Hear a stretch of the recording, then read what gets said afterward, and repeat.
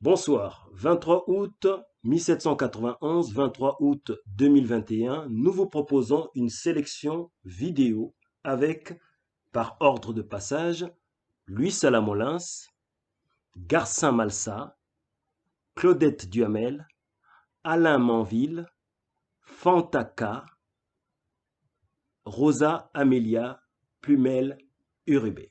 C'est parti. Nous sommes là pour dire que la traite et l'esclavage furent et sont un crime contre l'humanité et que les textes juridiques ou ecclésiastiques qui les ont autorisés, organisés, percutent la morale universelle. Ça, c'est une statue qui vient trôner la négrophobie, le meurtre des Noirs, le viol des Noirs, la torture des Noirs. Vous savez, la France est un pays magnifique, que l'on aime, que j'ai choisi d'ailleurs, puisque je ne suis pas d'ici, moi. Et donc, on pourrait me dire, à quoi bon avoir choisi la France si tu n'en aimes pas les icônes. La France a un mal fou à faire un choix dans son iconostase et accepter qu'il y ait des points noirs dans son histoire. La France, pays des croisades. Vous savez, les anciens disaient « gesta Dei per francos », c'est-à-dire les exploits de Dieu par les Francs. Eh bien, je crois qu'on en est encore là. Gesta Dei per francos, les exploits de Dieu par les Francs. Alors, allez donc dire à la masse des Francs qu'il y a aussi gesta diaboli, si vous voulez. Le scrutin est ouvert. Le scrutin est clos.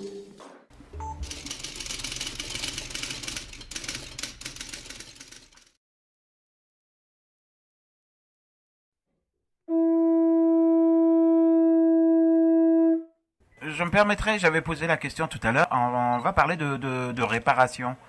Où il y a quelqu'un un jour qui m'a dit, voilà, pourquoi tu veux que moi je sois responsable des erreurs, des crimes commis par mon arrière-arrière-grand-père? Pourquoi parler de réparation? Pourquoi ne pas s'arrêter au pardon et on essaye d'avancer ensemble au présent, aujourd'hui?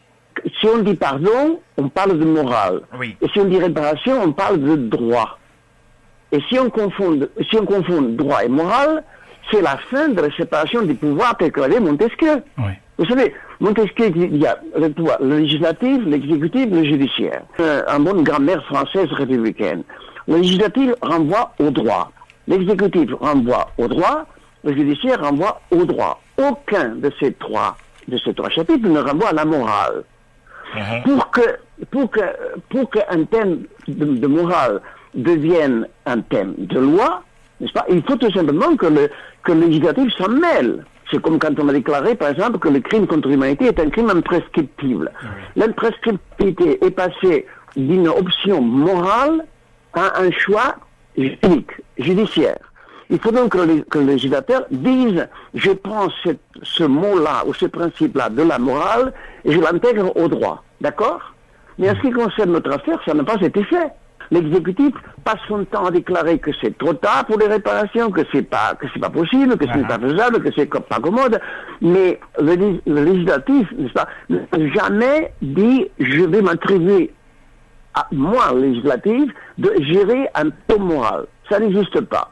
Par conséquent, si votre ami vous disait pour la personne de pardon, il faut lui répondre que tout simplement, on peut pas faire. Moi, je peux pardonner mon créancier. Moi, je peux pardonner mon créancier de l'illégance de ce truc, mais tout en pardonnant mon créancier, je peux exiger réparation. On se moque de nous parce que il semblerait que nous complicions dans la repentance. Mais pas du tout. Nous ne demandons pas la repentance. L'État se repent si on a envie ou pas. Nous, on veut tout simplement que l'on dise combien cela représente comme désastre économique, combien cela économique comme désastre financier et comme peine morale, et on veut une réparation des dents. Et la réparation des dents, encore une fois, c'est du domaine du droit. On peut abandonner le droit. On peut dire le droit n'est pas intéressant, tournons-en à la morale. C'est un choix. Les curés font ça. Ils savent faire ça très très bien. Les curés, les pasteurs, les musulmans peuvent faire. Mais l'État n'a pas à tenir ce langage. Non mais l'État a à dire je répare ou à dire je ne répare pas. Il n'a pas à dire, il semblerait que c'était bon, s'il pleut pas, si tout va bien. Non, l'État a à dire, je reconnais qu'il y a une réparation à faire pour tel ou tel principe, ou bien je ne reconnais pas qu'il y a une réparation. Il y a des mouvements en France qui font que l'on en parle, il y a des procès en cours, il y a des mouvements aux Amériques sur ce domaine, et il faudra que l'on y revienne, et il faudra tout de même faire sauter cet argument de l'anachronisme. Fort-de-France-Martinique, le 11 et 12 octobre 2021, mobilisons-nous. Merci à tous ceux qui comprennent la dynamique que nous avons lancée en 1992. Ce n'était pas facile pour nous, c'était très difficile. Eh bien, en 1992, les Occidentaux ont décidé de commémorer les 500 ans de la découverte des Amériques par Christophe Colomb.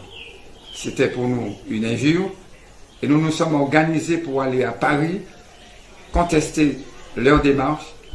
Et c'est à partir de février 1992 que nous avons lancé la logique des 3 R sur le parvis des droits de l'homme. Eh bien, il y a eu un certain temps qui s'est écoulé entre 1992 et aujourd'hui. Tout de suite après, on a enclenché sur la loi Taubira de 2001. Et à partir de 2001, nous nous sommes dit, il faut absolument aller beaucoup plus vite, puisque la reconnaissance est faite par la loi Taubira. Et donc nous avons mis en route le deuxième R, qui est effectivement la réparation.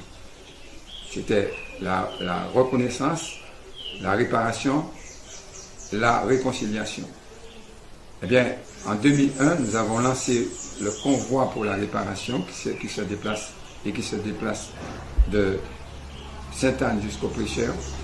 Et jusqu'à maintenant, nous faisons ce convoi. Nous invitons des personnalités étrangères, des personnalités des Martiniques, et ça se passe très bien. Eh bien, grâce à ce convoi, eh bien, nous avons fait comprendre de façon pédagogique que la réparation, c'était non seulement une thérapie, mais c'était effectivement le respect de notre dignité, mais c'est aussi une demande financière auprès des criminels, auprès des bourreaux. À partir de 2005, nous avons compris qu'il ne fallait pas rester sur le plan des pavés, sur le plan de nos déplacements à l'intérieur du pays. Nous avons fait en sorte que nous portions plainte contre l'État français. Et ça n'a pas été facile pour nous. Dans la plainte contre l'État français, nous avions été très clairs. Nous avions trouvé des avocats. Nous tenons à les saluer, à saluer leur courage, leur ténacité, parce que pour nous, ça a été exemplaire. Et nous en sommes là aujourd'hui. Nous avons gagné une partie puisque nous sommes à la Cour européenne des droits de l'homme. Les avocats vont en parler beaucoup plus que moi, et mieux que moi, parce qu'effectivement, je crois que, eh bien, notre travail est allé au-delà de Martinique, en Guadeloupe, bien sûr, en Guyane, mais aussi partout dans le monde. Et nous tenons à remercier tous ceux qui nous ont aidés, et particulièrement ces avocats qui faisaient un travail remarquable. Bonjour.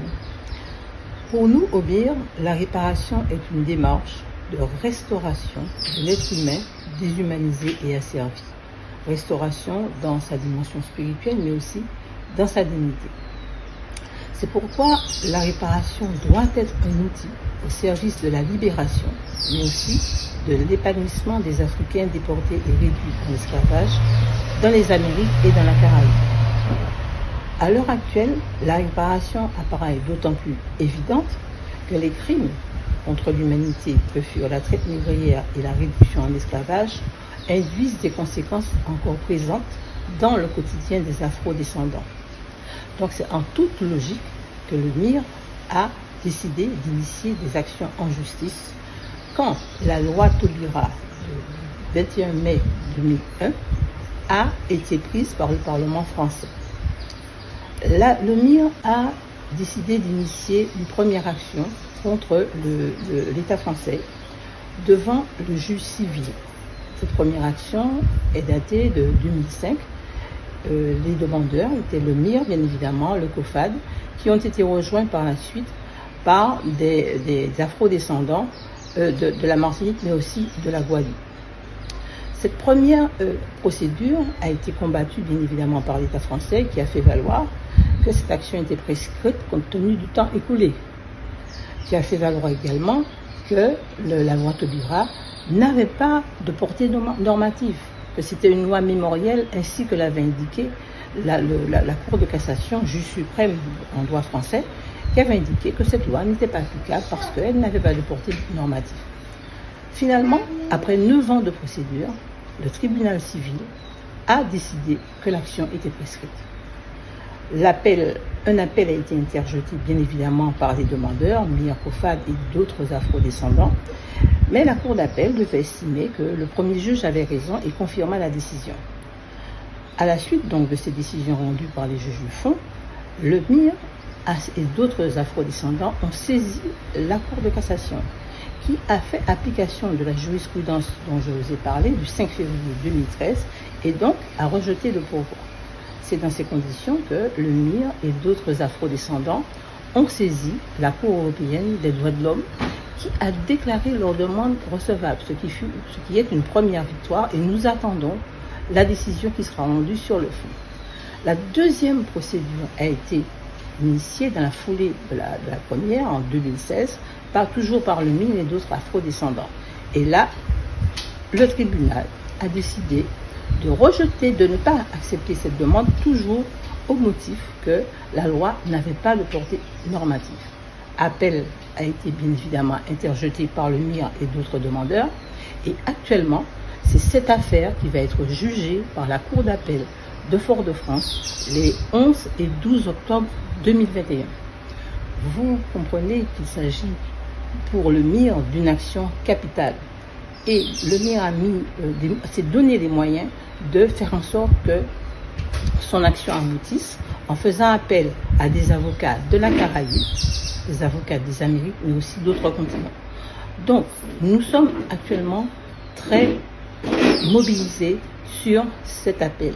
C'est pourquoi nous faisons au MIR un appel solennel à tous les Martiniquais, mais aussi à tous les afro-descendants résidant en Martinique, pour qu'ils viennent en masse soutenir les 11 et 12 octobre 2021 notre action pour obtenir la réparation qui leur est due.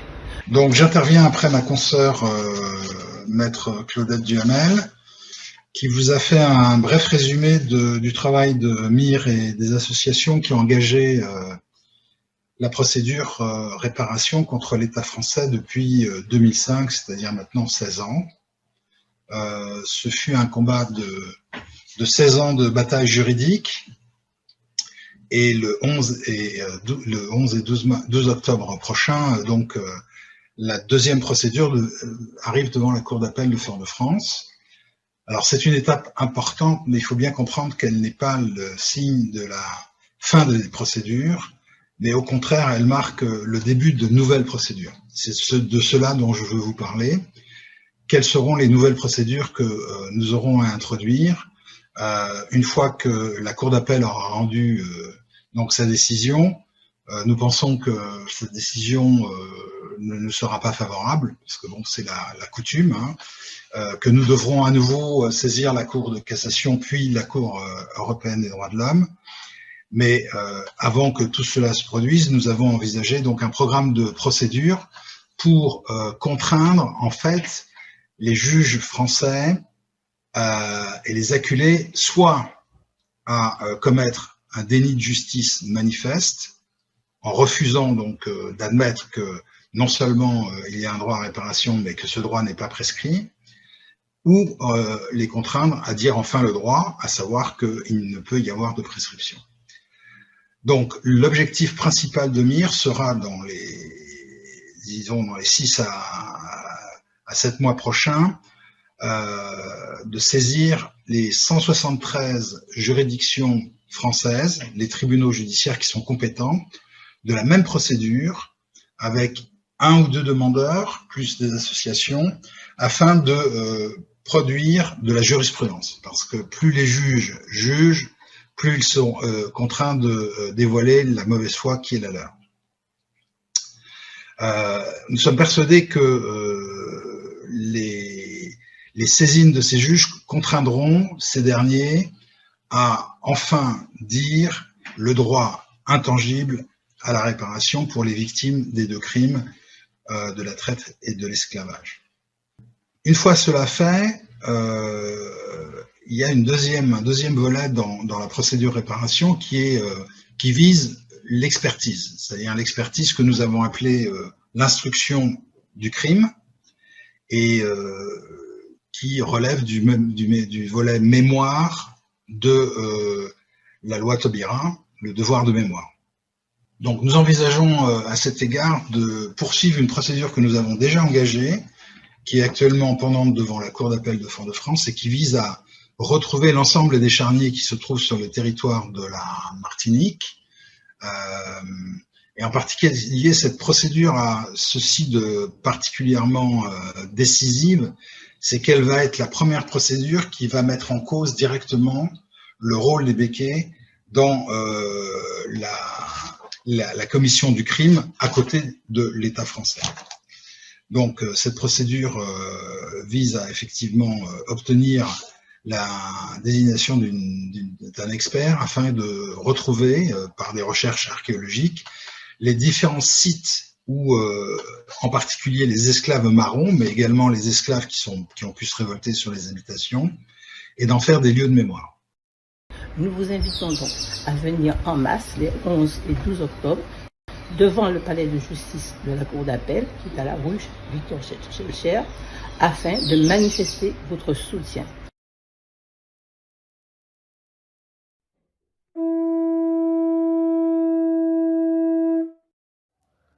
En août 1791, les Africains se libèrent de l'esclavage à Saint-Domingue, territoire de la future Haïti.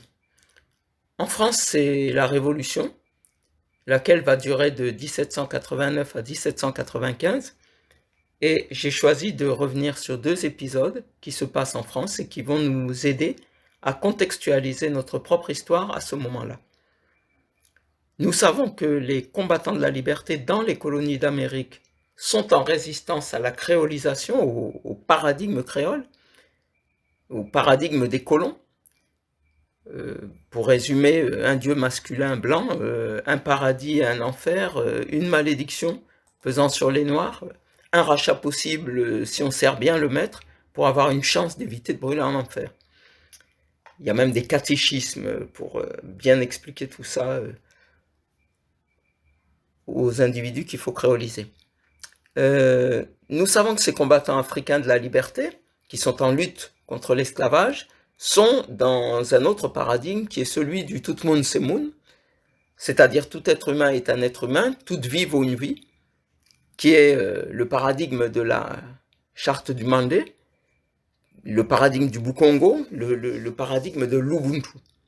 Mais ce que nous devons comprendre, c'est le paradigme dans lequel se situent leurs agresseurs, c'est-à-dire ceux qui ont conceptualisé et qui maintiennent le système colonial, le système concentrationnaire de la plantation esclavagiste. Alors pour le découvrir, j'ai choisi d'examiner 2 événements comme point d'entrée, et je vais commencer par ce qui se passe dans la région de Nantes en 1793-94. Ensuite, je vais m'intéresser au massacre qui avait eu lieu le 17 juillet 1791 à Paris. Alors à Nantes, concrètement, les paysans entrent en guérilla. Ils entrent en guérilla parce qu'ils refusent d'être enrôlés pour aller mener des guerres vers les frontières de l'Est de la France. Il y a un décret qui est paru le 13 février 1793.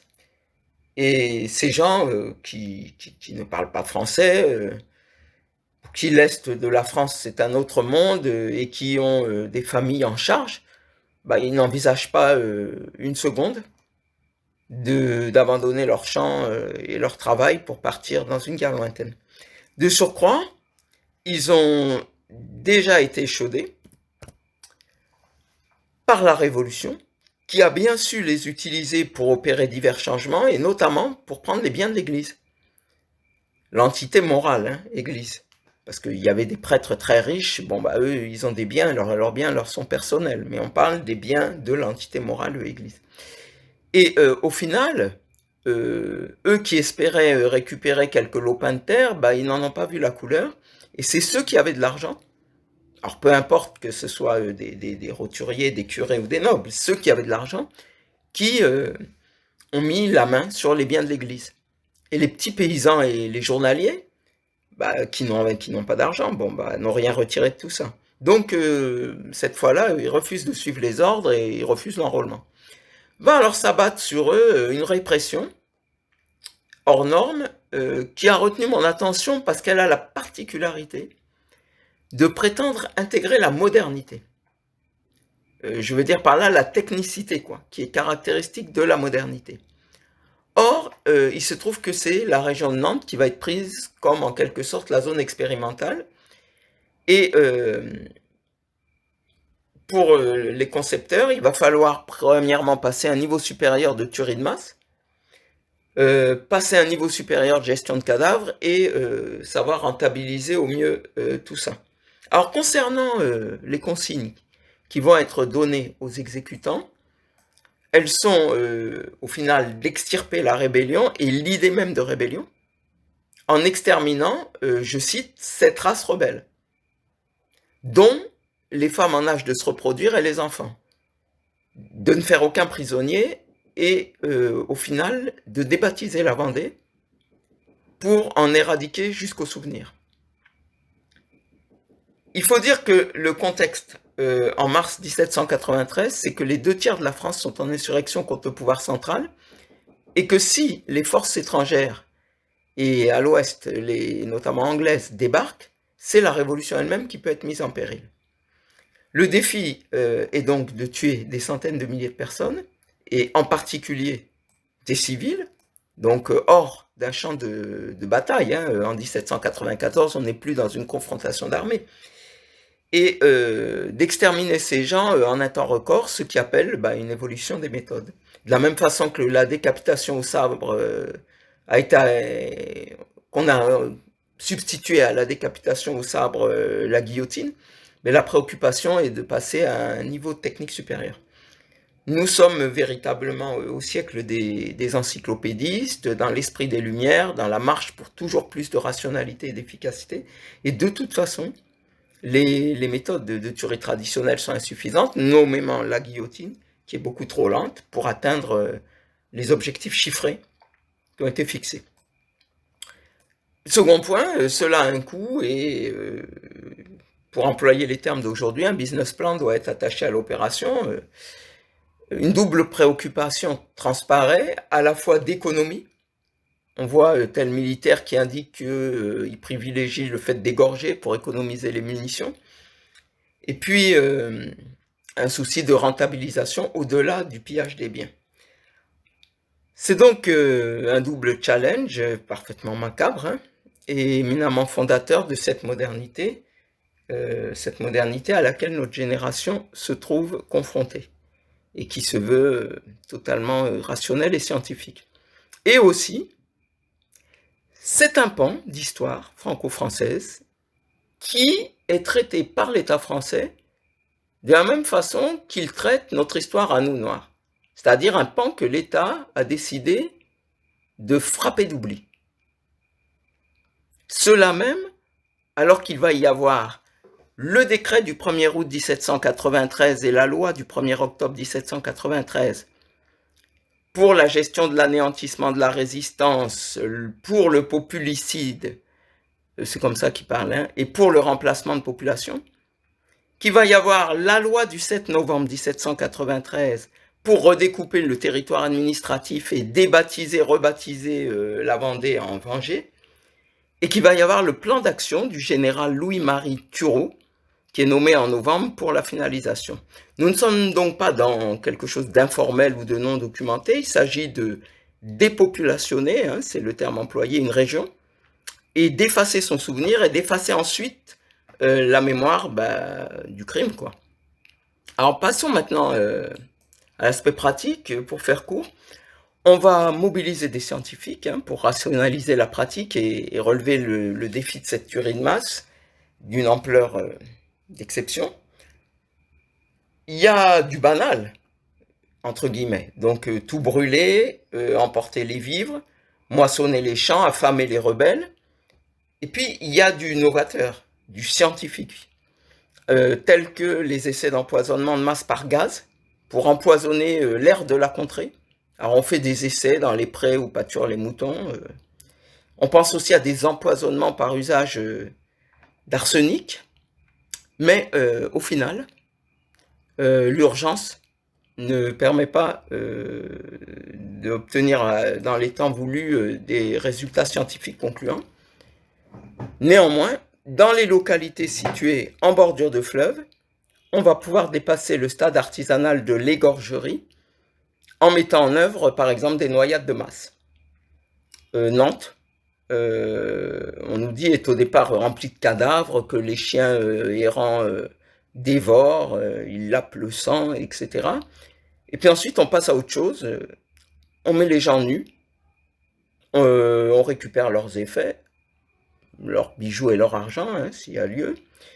On les fait entrer dans des bateaux où on les attache par deux. Et puis, bon, on les embarque comme ça par centaines. Et puis, on ouvre des trappes et on les noie. Et on achève de désacraliser la pratique en plaisantant. Exactement, hein, comme le font certains étudiants en médecine jusqu'à aujourd'hui, hein, en jouant avec les cadavres qu'ils doivent disséquer. Et en dénommant le crime, quand on a attaché les victimes par deux, mariage républicain, et la noyade, déportation verticale. Et relativement alors au business plan qui se développe dans la région, eh bien, il y a une activité manufacturière qui se base sur le traitement de produits humains, notamment les tanneries de peau humaine, qui vont fournir un cuir qui sert, entre autres, à l'habillement des militaires, et puis les savonneries, les fabrications de savon à partir de graisse humaine. Et pour ce qui est du traitement des restes, on va initier des crémations dans les fours à pain. On comprend donc combien, 10 ans plus tard, les techniques qu'emploie l'armée napoléonienne pour rétablir l'esclavage à Saint-Domingue, donc en 1802, elles s'inscrivent dans la continuité. Claude Ribes écrit sur son site une autre histoire. Il écrit, je cite, « En 1802, inaugurant une technique d'extermination qui allait être banalisée 140 ans plus tard par Hitler, le corps expéditionnaire de Napoléon commença à exterminer les afro-descendants civils de Saint-Domingue, en enfermant des hommes, des femmes, des enfants, des vieillards dans des cales de bateaux où l'on faisait brûler du soufre. » Et puis Claude Ribes parle des bateaux de Napoléon comme de chambres à gaz flottantes de Saint-Domingue, et il indique, je cite, que les malheureux succombaient dans des souffrances atroces à l'inhalation de dioxyde de soufre, le gaz produit par la combustion, et les cales étaient ensuite vidées par les marins. Voilà. Et donc pour aller vite, on saisit la continuité jusqu'au gazage de masse lors de la guerre 14-18, puis en 1935, le gazage des Éthiopiens, y compris les civils, par Mussolini. Et en fait, ça évoque juste la dératisation ou le gazage des cafards dans les maisons. Bref, l'élimination de ceux qui ont été désignés comme nuisibles. Donc voilà pour mon illustration de ce qui se passe en France, dans la région de Nantes, pendant que les Africains se libèrent de l'esclavage à Saint-Domingue. Haïti, août 1791, août 2021. Programme numérique Label Mahon, proposé et coordonné par le Cercle du Marronnage, la Coalition 2011 et le Mouvement international pour les réparations, section France. Très souvent, parler d'Haïti revient à véhiculer des idées reçues. Misère, décomposition sociale, faillite de l'État, incapacité de gérer leurs propres affaires. Ce sont quelques-uns des lieux communs qui reviennent à l'esprit dès qu'il est question d'Haïti. De tous les pays d'Amérique, Haïti est devenu le symbole de ce que nulle personne ne souhaiterait pour son pays. Haïti est le pays d'Amérique avec la plus courte espérance de vie, avec les taux les plus élevés de mortalité infantile, avec les niveaux les plus bas d'enfants scolarisés. Dans le classement des peuples asservis, Haïti a partagé ses palmarès avec la Bolivie jusqu'au début des années 2000. Mais en décembre 2005, fut élu à la présidence de la République de la Bolivie Evo Morales, un survivant indigène. Depuis, le nouveau gouvernement de la Bolivie a entrepris une politique de changement économique, politique et social, grâce auquel, à présent, ce pays a commencé à dépasser la misère cumulée pendant plus de 2 siècles de pillage et de spoliation. Haïti reste donc à elle seule la référence de tout ce qu'il faut éviter ou dépasser, à tel point que, de bonne ou de mauvaise foi, en dehors d'Haïti aussi bien qu'en Haïti même, beaucoup se posent la question de savoir si les Haïtiens auront gagné quelque chose du fait de leur indépendance. Chacun commencera à comprendre que le but a été ça, justement, que non seulement à l'extérieur, mais surtout à l'intérieur d'Haïti, et pourquoi pas à l'étranger, les gens se demandent si ça valait bien la peine, la révolution qui a donné naissance à Haïti. Pour ma part, je ne sais pas si les Haïtiens ont retiré de leur indépendance tous les bénéfices qu'ils méritaient. En revanche, nous connaissons et nous savons les bénéfices retirés de l'indépendance haïtienne par les patriotes américains dont Francisco de Miranda et Simón Bolívar sont certainement les plus connus. Bénéfices sans lesquels l'émancipation d'Amérique aurait été repoussée à bien plus tard. Ça, c'est quelque chose qu'on ne dit presque jamais. Ce que je me demanderais, c'est comment et pourquoi ce peuple qui a contribué comme nul autre à l'émancipation d'Amérique est retombé dans l'asservissement. Car cette situation n'est pas née spontanément. Elle n'est pas le fruit du hasard. Et nous ne pourrons pas dépasser cette situation en faisant l'économie d'une réflexion sur ses causes. C'est pourquoi je propose un rappel. Dans la nuit du 22 au 23 août 1791, eut lieu la grande révolte des Africains de Saint-Domingue. Cette révolte victorieuse dans l'univers concentrationnel d'Amérique a accouché le 1er janvier 1804 la première république indépendante, libre, souveraine, anti-esclavagiste et anticolonialiste. Devant un tel bouleversement, les puissances esclavagistes, malgré leurs querelles de famille, sont bien d'accord sur l'essentiel. Et l'essentiel, c'est le maintien de l'esclavage, la non-reconnaissance de la République haïtienne et le blocus qui doit rendre le pays non viable. Ainsi, mis au banc des nations, Haïti se trouve économiquement, politiquement et diplomatiquement précarisé. Et surtout, sans marge de manœuvre pour faire face à la pression hostile de la puissance coloniale française. Car depuis 1804, le gouvernement français n'a pas cessé de tout mettre en œuvre pour extorquer une rançon au peuple haïtien.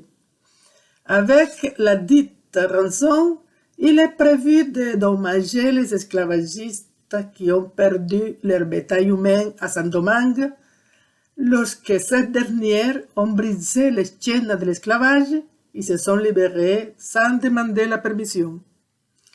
Il faut se rappeler qu'à l'époque, il n'y a pas d'opinion publique internationale prête à se mobiliser pour faire respecter l'indépendance des petits pays.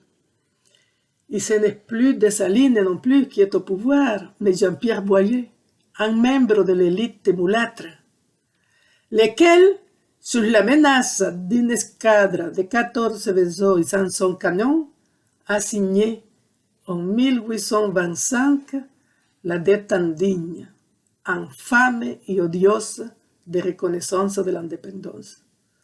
Le gouvernement français a même fixé la rançon à 150 millions de francs, et les paysans haïtiens ont été lourdement taxés au profit de la France et ses esclavagistes. Nous allons voir l'enchaînement et sa façon même d'être renforcée. Et il est nécessaire de comprendre les quelques degrés de différence qui existent entre l'aliénation mentale et culturelle inhérente à toute forme de domination coloniale et puis l'asservissement spirituel et l'enchaînement du cerveau intrinsèque à la domination coloniale française.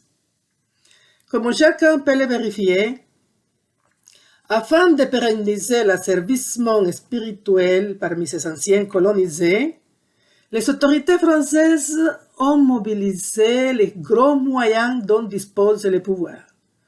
Eh bien, pour mettre fin à cette situation d'asservissement, il nous faut mobiliser, nous aussi, tous les moyens à notre portée. On ne le répétera jamais assez.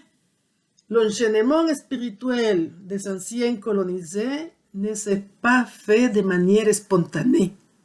Cet asservissement est le résultat d'un travail pluridisciplinaire, méthodique et minutieusement inscrit dans la très longue durée, puisqu'il doit se pérenniser à tout jamais si possible. C'est pourquoi mettre fin à cet état d'asservissement exige de notre part un plus grand effort dans le travail d'émancipation, car il n'y a pas de renaissance possible pendant que l'esprit demeure enchaîné. 1825, comme nous l'avons déjà signalé, est donc une date importante, parce que c'est le moment où le gouvernement français a enfin réussi à rançonner le peuple haïtien. Dès lors, il y aura des échanges diplomatiques entre les deux pays. Et dans ce cadre, la France a envoyé en Haïti, sous couverture diplomatique, un espion qui a étudié les Haïtiens entre 1825 et 1831. D'autre part, dans l'espoir de bien s'intégrer dans le concert des nations dites civilisées, le gouvernement haïtien signe avec le Vatican une convention au terme de laquelle les 100 sièges vont envoyer en Haïti des missionnaires et des instructeurs afin de former une élite. Et en effet, à partir de 1860, l'Église entre en Haïti avec un esprit conquérant et avec la volonté de faire table rase. Comme si les Haïtiens ne possédaient et n'avaient jamais eu aucun patrimoine spirituel, culturel ou historique. Et ici, je vais m'appuyer et partager avec vous l'analyse de Jean-Fils Aimé, un pasteur haïtien. Et à partir de cette analyse, nous allons comprendre pourquoi, des siècles après l'abolition de l'esclavage par la grande révolution haïtienne, l'esprit et le cerveau du peuple haïtien demeurent néanmoins enchaînés. Le jeune diplomate Gaspard Théodore Mollien, un personnage dont nous allons parler, il avait été déjà initialement envoyé en Afrique, notamment au Sénégal, Gambie, Niger. Sa mission consistait à dire aux autorités françaises comment s'assurer que les Africains anciennement colonisés par la France demeurent à tout jamais enchaînés à la puissance coloniale. Il accomplit sa mission avec brio. Son retour en France est triomphal et il reçoit la croix de la Légion d'honneur en 1819. Donc, c'est quelqu'un qui est très, très réputé en France. En 1825, donc, Gaspard Théodore Mollien est envoyé en Haïti avec pour mission d'expliquer aux autorités françaises ce qu'il faut faire pour s'assurer que même si en théorie Haïti est indépendante, qu'elle reste néanmoins toujours attachée à la France et que les Haïtiens restent enchaînés. Mollien s'est donc appliqué à étudier le comportement des Haïtiens. Il a étudié la société haïtienne, observé ses failles et contradictions de manière à faire des recommandations au Quai d'Orsay au service des affaires étrangères. Voici les recommandations de Mollien dont nous avons soit ignoré, soit sous-estimé les poids déterminants. Les poids déterminants sur l'asservissement mental et spirituel du peuple haïtien et en général des peuples anciennement colonisés. Premièrement, la France doit envoyer en Haïti à la fois des enseignants et des prêtres pour former et instruire une élite haïtienne. Une élite qui, bien évidemment, ne sera pas uniquement blanche, mais dans son âme et conscience, dans sa tête, dans sa cervelle et son esprit, elle sera plus blanche que la neige elle-même. Et c'est juste ce qu'il faut. Deuxièmement, ne jamais rien faire pour contrarier l'élite mulâtre, car les mulâtres sont plus des alliés de la France que des alliés d'Haïti. Et ce sont eux qui vont nous aider à pérenniser le système colonial, même dans une Haïti indépendante, car ils sont plus proches de la France que d'Haïti. Troisièmement, nous devons nous concentrer de manière à modeler l'esprit des Haïtiens pour qu'ils croient qu'ils sont des Français. Contrairement aux Américains, contrairement aux Anglais, qui ne se sont intéressés qu'à faire du commerce avec Haïti, nous devons faire plus que cela. Il faut que les Haïtiens passent de la francophonie à la francophilie et de la francophilie à la francomanie. Cela se fera en leur enseignant la langue, en les portant à aimer cette langue plus que leur propre langue, en les portant à être fiers du fait qu'ils parlent bien cette langue. Il faut qu'ils aiment cette langue jusqu'à la folie, qu'ils deviennent fous de la culture française jusqu'à s'oublier eux-mêmes. Quatrièmement, nous devons formater, conditionner l'esprit des Haïtiens pour qu'ils ne consomment que des produits de la culture française. Cinquièmement, la France doit fonder un journal français en Haïti pour renforcer son influence et faire la promotion de la suprématie de sa culture dans ce pays. Il faut reconnaître à Mollien le mérite d'avoir compris déjà en 1831 que pour s'assurer et pérenniser l'enchaînement des esprits, contrôler l'information était aussi nécessaire que contrôler la scolarisation et l'éducation religieuse. C'est ainsi qu'on peut assurer la continuité du paradigme. Molière considère qu'en Haïti, il n'y a pas une société haïtienne, mais des classes qui se battent les unes contre les autres. Des gens qui se trouvent sur le même territoire, mais qui ne forment pas une nation et ont des intérêts aussi divergents qu'il faut continuer à les polariser, à exacerber cette différence. Et voilà un de ces piliers sans lesquels s'écroulerait la construction quasiment parfaite de l'enchaînement spirituel. Molière souligne ceci. Les prêtres qu'on doit envoyer en Haïti doivent venir d'une région particulière de la France. Ces prêtres doivent venir de la Bretagne. Pourquoi de la Bretagne? Parce que les prêtres bretons sont des racistes. Ils sont des pro-esclavagistes et ils sont royalistes. Donc, ils sont contre la Révolution française qui a déclaré liberté, égalité, fraternité. C'est là que nous devons aller chercher les prêtres qui vont faire la promotion des mêmes préjugés qui ont retrouvé à Saint-Domingue pendant la période coloniale. C'est ainsi que l'école va reproduire les mêmes inégalités, les mêmes polarisations, les mêmes complexes d'infériorité qu'on avait à l'époque coloniale.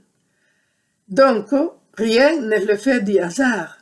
L'asservissement des Haïtiens et l'enchaînement de leur esprit est encore aujourd'hui l'effet de la doctrine molienne. En 1860, suite à la signature du Concordat, les 100 sièges s'entendent avec la France pour l'envoi des prêtres en Haïti. Entre 1860 et 1940, la Société missionnaire française Saint-Jacques a dépêché en Haïti 15 évêques et 850 prêtres. Et de ce nombre, 700 parmi eux furent effectivement bretons. L'histoire d'Haïti était enseignée à l'école par les prêtres et religieux qui apprenaient aux Haïtiens la haine contre Dessalines, le père fondateur de la nation, dont il disait aux élèves qu'il était en train de brûler en enfer. En 1946, le président du Marseille estimé a dû passer un décret pour dire que désormais, l'histoire d'Haïti ne peut être enseignée aux Haïtiens que par des Haïtiens dans l'école haïtienne. Ce bon décret arrive assez tardivement lorsque la machine à reproduire les inégalités ainsi que le mépris et la haine de soi a déjà formaté et modélé plusieurs générations d'Haïtiens. Récapitulons donc. En réalité, dans tous les pays anciennement colonisés, la scolarisation a joué un rôle déterminant visant à renforcer et pérenniser les contrôles sur l'esprit des anciens colonisés. Cependant, dans le cas haïtien, les contrôles sur l'école, sur les croyances et sur l'avenir même du pays a été exercé avec une volonté particulièrement prédatrice et revancharde. Car il ne s'agit pas seulement de prolonger le contrôle sur l'esprit des Haïtiens, mais de les faire payer doublement la précocité insolente de la révolution haïtienne. Comme nous l'avons rappelé, suite à son indépendance chèrement acquise, Haïti est confronté à la non-reconnaissance des puissances esclavagistes. Son économie dévastée à cause de la guerre d'extermination voulue par Napoléon a reçu un coup supplémentaire avec la dette de la rançon extorquée par la France en 1825. Le 28 juillet 1915, la République haïtienne, avec la complicité d'au moins une partie de l'élite mulâtre, fut envahie et occupée militairement par les États-Unis d'Amérique. Les troupes d'occupation se sont emparées du contrôle sur la douane. Elles ont fermé le Parlement, mis à sac la production agricole et exproprié les paysans au profit des entreprises des États-Unis. La résistance haïtienne noyée dans le sang, l'occupation nord-américaine s'est prolongée jusqu'au mois d'août 1934, laissant derrière elle un pays dévasté. La politique raciale de l'occupation étant ce qu'elle a toujours été, la polarisation fut exacerbée au profit de l'élite mulâtre. Le 16 décembre 1990, le peuple haïtien eut pour la première fois la possibilité de participer à une élection présidentielle démocratique et libre. Les Haïtiens se sont rués vers les postes de votation et ont voté massivement pour le candidat de leur choix, Jean-Bertrand Aristide. Après le triomphe de la révolution haïtienne, probablement l'événement le plus heureux vécu par les Haïtiens aurait été la victoire du candidat Aristide. Dès le premier tour, avec 67% de voix exprimées en sa faveur, il a vaincu le candidat des élites, lequel était soutenu par l'ambassade des États-Unis en Haïti. Partout en Haïti, les crève-la-faim, les laissés pour compte, les marginalisés, les exclus de toujours faisaient la fête, participaient à la victoire et partageaient l'optimisme généralisé. Nous pensions qu'enfin, la construction d'une nouvelle Haïti se profilait à l'horizon. Mais le 7 février 1991, le 7 février 1991 eut lieu la prestation de serment du nouveau président Aristide. D'accord, ça a été un fait, ça a été la fête.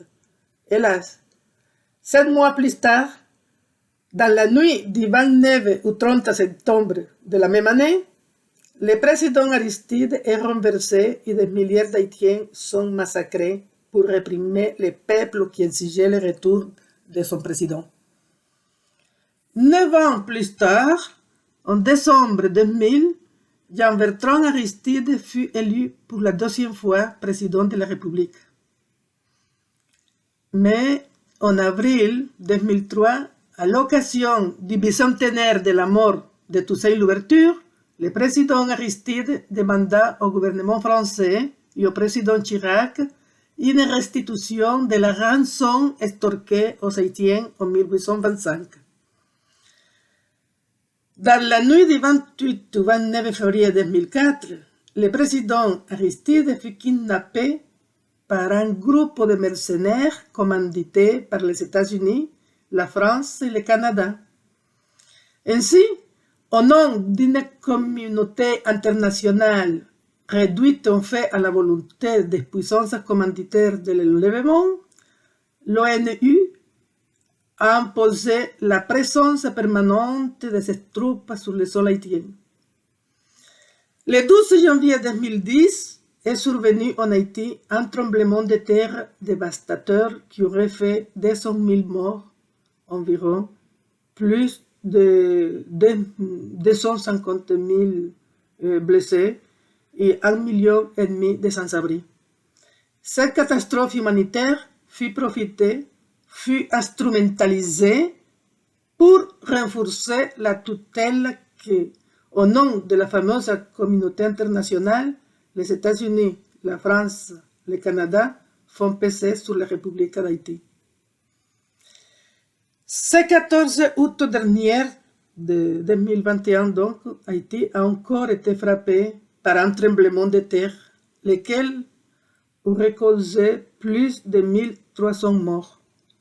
Chaque fois qu'un malheur s'abat sur Haïti, les prédateurs, avec la complicité des élites locales, profitent pour renforcer leur mainmise dans le pays.